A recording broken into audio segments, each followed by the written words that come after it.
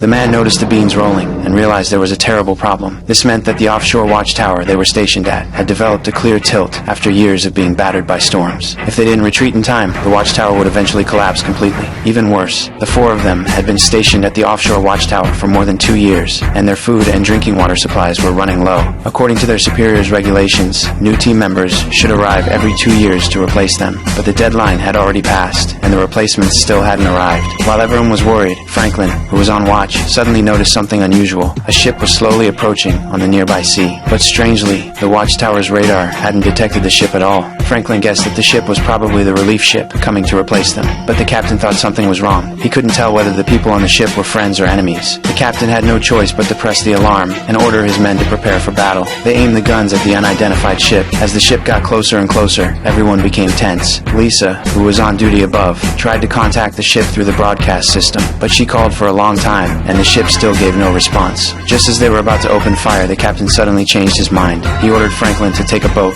and investigate the situation. Franklin was unwilling to go, but he could only obey the order. As he slowly approached the ship, the situation became more and more strange. For safety, he decided to call out first, but no one on the ship responded. The entire ship was covered in rust and looked like it had been abandoned for a long time. To find out what had happened, Franklin had no choice but to climb onto the deck. He wanted to enter the ship and investigate. To avoid unnecessary trouble, he turned off the radio at his waist, but he didn't know that this small decision would almost cost him his life. When he reached the cockpit, he found it in complete disarray. None of the electronic equipment was working properly. Everything indicated that the ship had been abandoned for a long time. Even stranger, there were no bodies on the ship. He continued deeper into the ship and unexpectedly found 4 sets of protective gear. Franklin then realized that this was the relief ship sent to replace them. But the strange thing was, where had the replacement crew gone? Fortunately, the supplies were still there. Franklin picked up the food and started eating. What he didn't know was that the captain on the other side was extremely anxious because he couldn't contact Franklin. He guessed that something had happened to Franklin. The captain decided to activate the nuclear weapon. He took the key from around his neck and asked Lisa for the other key.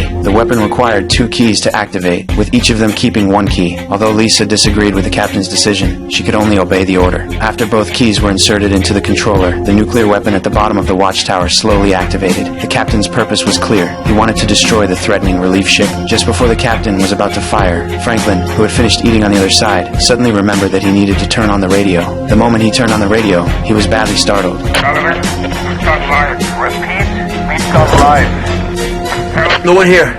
All clear.